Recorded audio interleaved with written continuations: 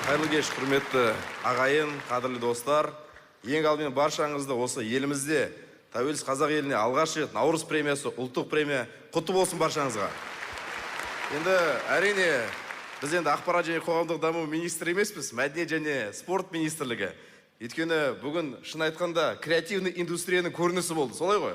Өте қуаныштымыз. Бұл бағыт бірлесіп біздің әріптестеріміз жұмыс атқарамыз деген ниетіміз бар. Үздік драмалық сериал. Шыны керек өзім білмеймін енді. Бәріміз де толқып тұрмыз.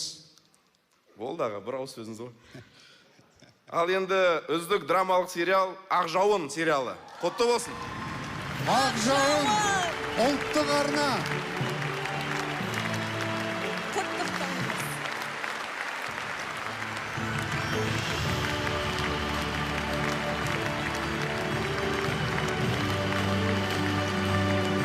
Қадірменді көрермен, ду шапалақпен қолдап қояйық. Құтты болсын. Ақ жауын ең үздік драмалық сериал. Қазақстандық Оскар деп жатсыздар, шынымен де қатты толқып тұрмын.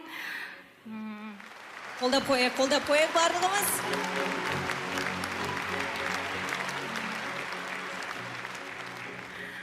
Жоқ, жалпы бұл жобаға атсалысқан бүкіл түсірілім тобына барлығына алғысым шексіз. Наурыз жобасын ұйымдастырушыларға үлкен алғысым бар. Өйткені бұл дегеніміз қазақ телехикаяларының сапасы артады деген сөз. Сондықтан ұзағынан болсын.